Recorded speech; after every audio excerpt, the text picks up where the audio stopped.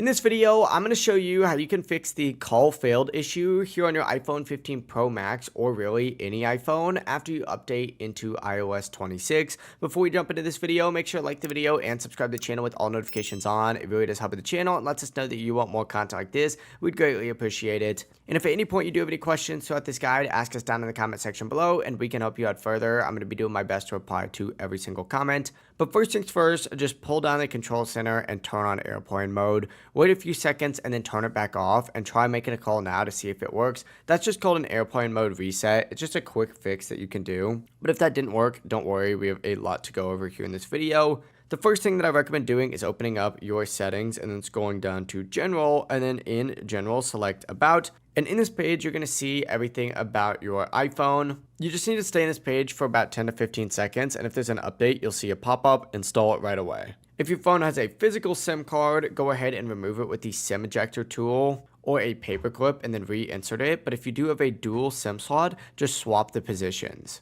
If you're on an eSIM, go to settings and then go into your cellular. And from here, just toggle your line off down here and then toggle it back on, and it's going to resync your eSIM. Next, within your settings, hit the search icon, and what you're going to want to do is type in lockdown and select the lockdown mode option from here. And if it's turned on, go ahead and switch it off, just because some devices turn this on after an update and it can interfere with calls. But if you're still having issues, go ahead and force restart your phone by quickly pressing and releasing the volume up button, then the volume down button, and then holding the side button until your screen goes black and the Apple logo does appear. This is going to force the phone software to shut down and reload, which often fixes the problem. Now, if none of these steps did work, there's got to be an issue with your carrier, and I recommend contacting them as soon as possible. Sometimes they just need to push an update or refresh things on their end after iOS updates. But yeah, it really is as simple as that. If you guys do have any questions, don't hesitate to ask us down in the comment section below. And remember to like this video and subscribe to the channel with all notifications on. It really does help with the channel and lets us know that you want more content like this.